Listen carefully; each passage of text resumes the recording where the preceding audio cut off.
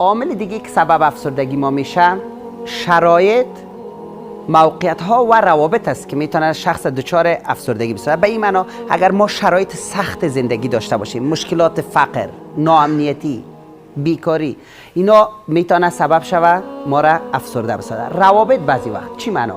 ما در خانواده یا در محیط کار با اعضای خود رابطه خوب نداریم، با همکارای خود رابطه خوب نداریم، روابط آزاردهنده است. بعضی وقتا شما میبینید یک خانم شدیداً افسرده است از بس که شوهرش امروز بد برخورد میکنه، یا اینم میبینی یک مرد افسرده است از دست خانم خود به گریه آمده گریه میکنه. ما این خانه میگه روزگار مرا تلخ ساختم، من پیش از ازدواج چی آدمی بودم، کار میکردم، تجارت داشتم، امروزه کلش رها کردیم. حتی میگه چندین بار تصمیم گرفتیم خود کتای موتر خود زیر یک موتر کلان کنم و بیغم بسازم. بنان میبینی رابطه خانواده اگه خراب باشه، بعضا اولادا از دست پدر مادرم افسرده است، بعضا پدر مادر از دست اولاد، مثلا اولادش سیگرت مصرف میکنه یا از این موادای دیگه، هر کدامش مثل چرس و مواد مخدر دیگه، کسی که من زیاد کتنامشون بلد نیستم.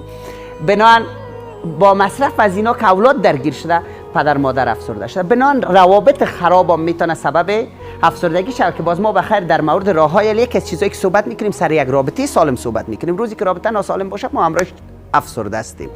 عامل دیگه که میتونه سبب افسردگی پیش ما شود نبودن. خب ما یک چیزی بگویم که اگر این عامل سبب افسردگی میشه، دکتر صاحب خیر ما چی کنیم؟ ما از امروز یاد بگیریم که افسردگی راه حل نیست. اگر اولاد ما با یک مشکل مواجه شده ما افسرده شیم، راه حل است؟ نه. حتی اگر سابق مثلا در شرایط خوب تصمیم هم داشتی افسرده شوی، امروز که اولادت مریض شده تو نباید افسرده شوی، قوی شوی.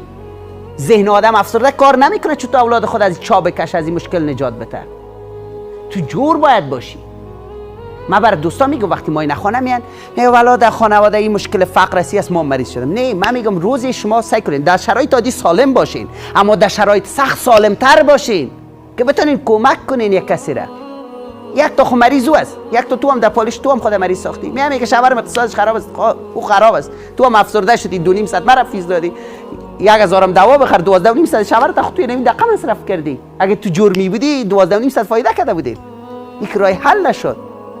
بنان در شرایط سخت سالم تر شوید، قوی تر شوید که بتونین اون مشکل درست حل کنید. عامل دیگه که سبب افسردگی ما میشه نبودن محبت، نوازش و صمیمیت در زندگی، در کل زندگی و مخصوصا دوره کودکی است. دوستان از نازنینم، والدین گرامی مخصوصا نوازش و محبت برای کودک از نظر روانی آنقدر اهمیت داره که از نظر فیزیکی اکسیژن نیاز داره. شما میفهمین از نظر فیزیکی مهمترین عامل در زندگی با اکسیژن است. 5 دقیقه نرسه